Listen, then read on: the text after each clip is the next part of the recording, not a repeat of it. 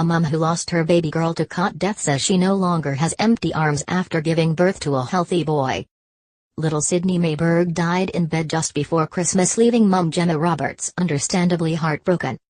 The mum of 8 described how she suffered empty arms syndrome as she experienced an overwhelming desire to cuddle her baby in the hours, days and weeks after she died, Gloucestershire Live reported. But now, although she says the newborn boy will never replace Sydney, Jemma said her arms are no longer empty as she is able to embrace the as yet unnamed baby. She said, "He was born at home and he's absolutely perfect. It makes me miss Sydney even more.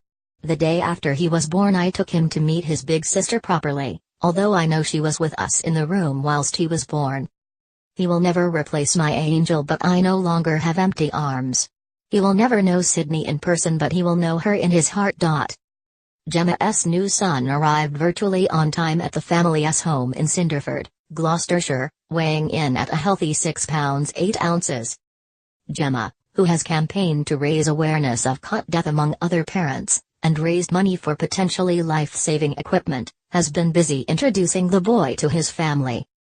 The little boy is the 4th child for Jemma and her partner Steve, who had 2 sons, Kyan, 4, and Chi, 2, before the birth of Sydney on September 6 last year.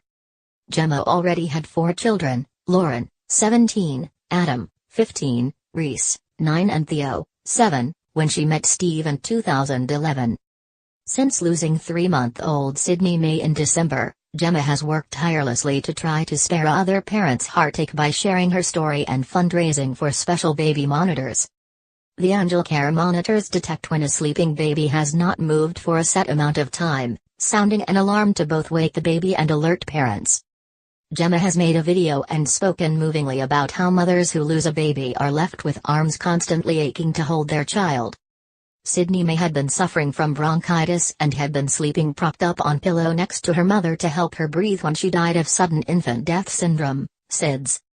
The Sydney-May Trust buys special baby monitors for parents who otherwise could not afford them, and Jemma uses the Facebook page Sydney-May for her Stop and Think to provide information on safe sleeping. She also encourages her followers to concentrate on the things that matter most in life, such as family, rather than whining over silly little things. After confirming the news of her pregnancy earlier this year, Jemma said, "He's my rainbow, a real rainbow after the worst possible storm you could imagine. The empty arms were too much to bear. He'll never replace Sydney. No one ever could.